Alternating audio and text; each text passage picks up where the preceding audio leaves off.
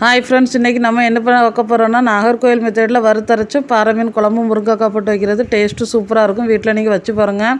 வச்சு பார்த்துட்டு எப்படி டேஸ்ட் இருக்குன்னு கமெண்ட் பண்ணுங்கள். நம்ம சேனல் வீடியோ பிடிச்சா லைக் பண்ணுங்கள், ஷேர் பண்ணுங்கள். நம்ம சேனலை சப்ஸ்கிரைப் பண்ணி வைங்க. நல்ல வீடியோக்கள் வரும்.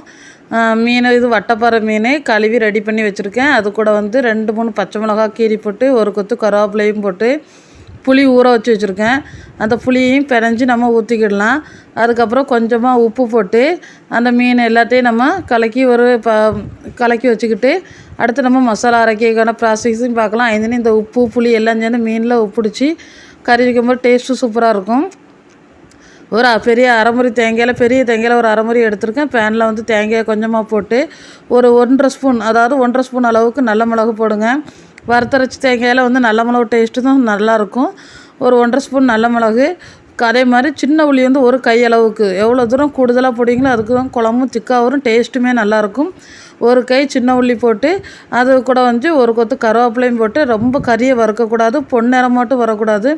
லைட்டாக அந்த வெள்ளை கலர் லைட்டாக இருக்கும்போது லைட்டாக வாசம் வரும்.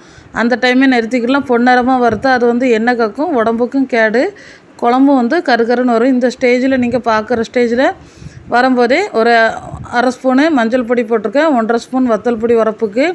ஆல்ரெடி நல்ல மிளகுல உள்ள உரப்பு கூடுதலாக இருக்கனால நீங்கள் உங்களுக்கு கூடுதலாக வேணால் இனிமேல் எக்ஸ்ட்ரா போட்டுக்கிடலாம்.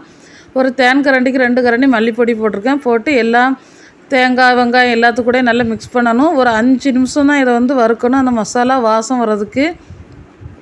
மசாலாயை நீங்கள் கறியை விட்டுறக்கூடாது, கறியை விட்டால் டேஸ்ட் நல்லா இருக்காது.